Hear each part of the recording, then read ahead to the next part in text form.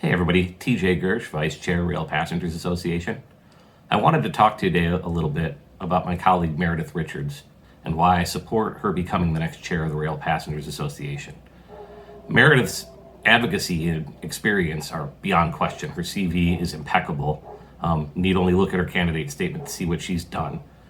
In my relatively short time working in rail advocacy, I've had the distinct pleasure of working with two different people who have done what is the ultimate goal of all advocates: get passenger rail service where previously there wasn't any.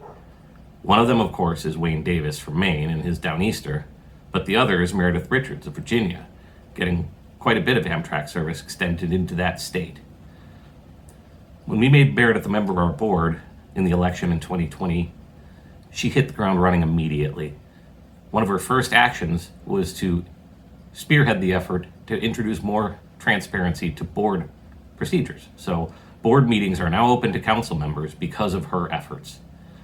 She also serves as chair of our Committee on Diversity, Equity, and Inclusion, working to broaden our membership and base of support to include people that look more like the people on the train than, frankly, the people generally in the room in our meetings.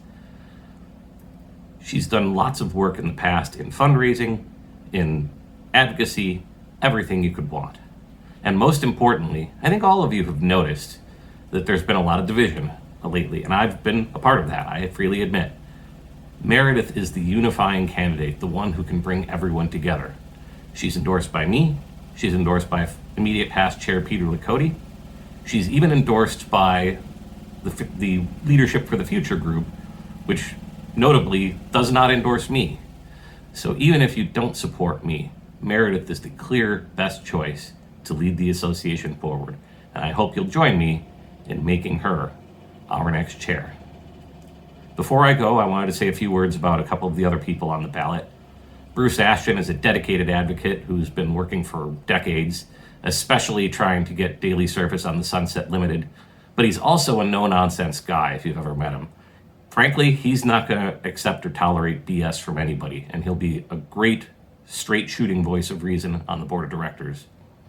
Harvey Bowen has lots of fundraising experience and is a stickler for process. And he's been working with our bylaws committee and doing a great job there. And I think he'd just be a great asset to have in the vice chair position.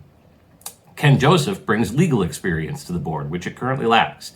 And he's also somebody who's well known to most of us. He's been around for a very long time, loyal member of the association. He would be an excellent choice. Dick Bruss has decades of experience in Amtrak mechanical, including a role in speccing out the new Viewliner sleeper cars out east. And his experience working with Amtrak and his inner knowledge of how things work make him an invaluable resource on the board. And finally, Mike Christensen from Salt Lake City, Utah, brings both youth and enthusiasm to the table. He's been one of the first and foremost people to advocate for us to get a more diverse base of membership, to reach out to younger people, to reach out to more women. Mike is a great choice. I appreciate your time, and again, I hope you'll join me in supporting Meredith Richards for chair. Thanks, and I'll see you on the rails.